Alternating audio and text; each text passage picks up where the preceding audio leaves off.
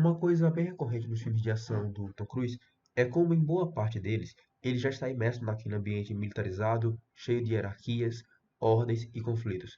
Um ambiente que costuma nos ser apresentado já em movimento, já acontecendo, e que é extremamente desumanizante. O que importa é a situação, é a missão na qual o personagem já está envolvido. E nós não temos muito contexto de início, muito porque ele é um agente do governo, portanto ele é descartável. Acho que um dos filmes que mais demonstra isso no seu início é o filme No Limite do Amanhã, que ele acorda com algemas sem saber como isso aconteceu. As coisas já estão acontecendo, ele tem que se alocar naquele ambiente e seguir para a missão. De forma similar com a primeira Missão Impossível, pois a missão já está acontecendo. E também é onde tem toda uma paranoia do Tom Cruise. Afinal, os personagens são agentes do governo que são traídos por ele. E passam o filme todo numa puta paranoia com relação a tudo e todos à sua volta. E em toda essa confusão, tentam buscar alguma humanidade nesse meio tão utilitarista, onde ninguém é confiável e para se defender, tudo pode virar uma arma. Além de toda a postura do Tom Cruise nesses filmes acaba sendo uma bem rebelde perante aquele sistema. E se a gente pegar o Top Gun mais recente, o objetivo dessa postura é bem mais evidente, pois é genuinamente de você tentar humanizar a figura do soldado para além de uma máquina. Ainda mais considerando que existe um receio do Tom Cruise numa vibe meio Chaplin nos tempos modernos, com relação ao controle das máquinas perante o indivíduo. E antes de qualquer coisa, vale dizer que, tipo, não, o nosso futuro não vai ser o do filme Eu, Robô do Will Smith lá. As máquinas não vão nos substituir porque máquina é trabalho morto, elas não consomem o que produzem. Pois as máquinas seriam facilitadoras para o trabalho do indivíduo, mas a preocupação do Chaplin, no caso dele, em alguma medida é bem mais da alienação do trabalho, que as máquinas corroboram na pessoa. É só você pegar os filmes que eu acabei de citar. O quanto toda aquela tecnologia, as armas são quase parte do personagem, ao mesmo tempo que ele também é dependente delas. Um exemplo clássico da alienação das nossas relações humanas. Mas o Tom Cruise se preocupa com isso em alguma medida. Contudo, ele ainda viu como uma forma para potencializar o ser humano que está ali. Daqui a pouco eu volto nessa questão da potencialização do homem. E toda essa questão armamentista, obviamente, não vem de hoje.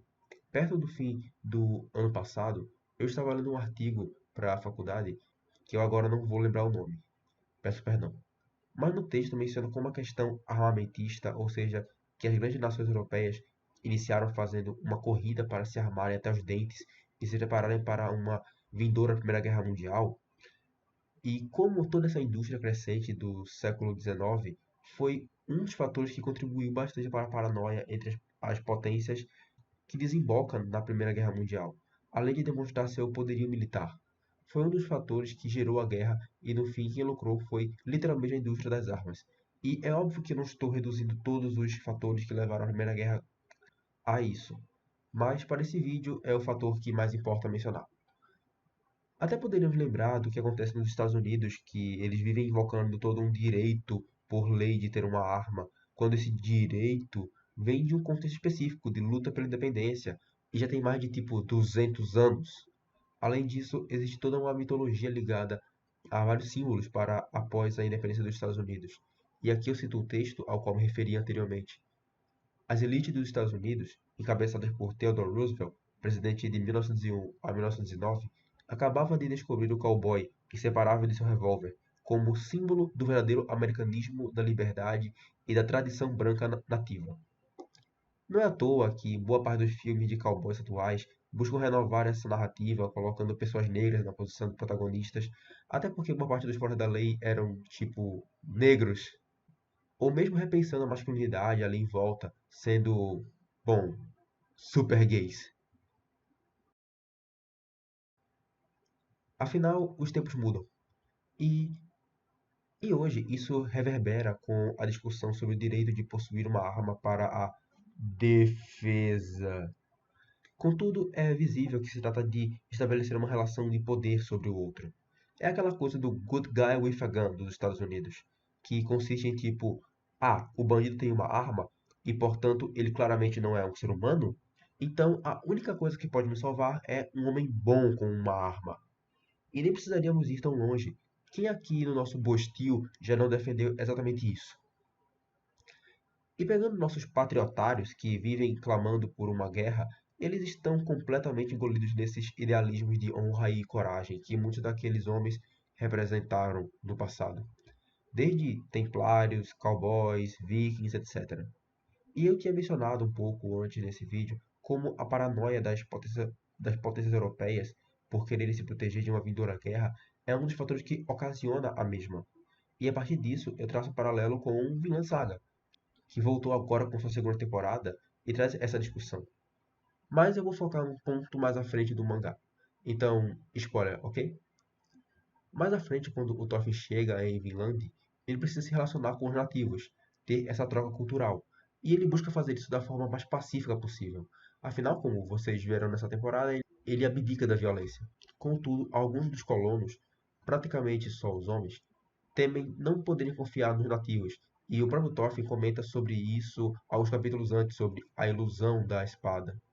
Pessoas levadas a acreditar que a iminência da violência das armas gera algum tipo de paz, que não é verdadeira. Porém, mesmo que exista verdade nessas palavras, a Hilde, outra personagem do mangá, o questiona, pois essa interpretação meio que coloca a culpa na arma, quase que tendo a responsabilidade da pessoa que cometeu o crime.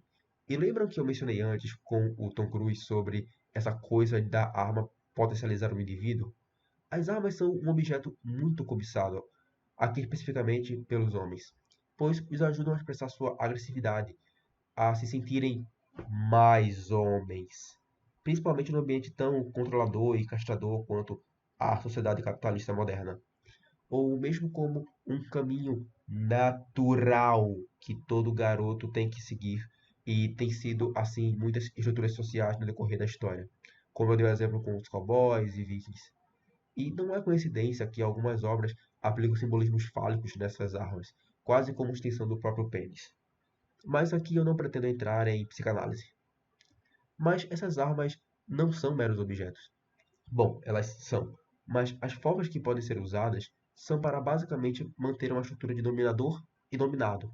Foi um ponto que eu notei enquanto lia o texto do Izombi no Twitter sobre Death Note. E, como o Izo aponta no seu texto, um dos problemas do filme live action do Death Note é que a visão aplicada pelos estadunidenses, uma sociedade extremamente armamentista, interfere muito nos conceitos básicos de Death Note, que foi concebido em uma sociedade extremamente desarmada, e tentam colocar o Death Note no live action como uma arma necessária e a qual o usuário não tem controle e potencializa a revolta masculina incel dele. Enquanto no mangá, o Light já é um psicopata que, por livre e espontânea vontade, decide usar a maior arma de destruição da história da humanidade e bem abertamente se sentir superior aos outros. Era exatamente nisso que eu estava pensando. Esse mundo está podre e aqueles que fazem ele apodrecer merecem morrer. Eu vou me tornar o deus desse novo mundo. Gay! Portanto, a gente pode entender que uma arma claramente não é para defesa, mas sim para estabelecer uma relação de dominador e dominado e superioridade. E se você quer uma arma, você não passa de um covarde paranoico.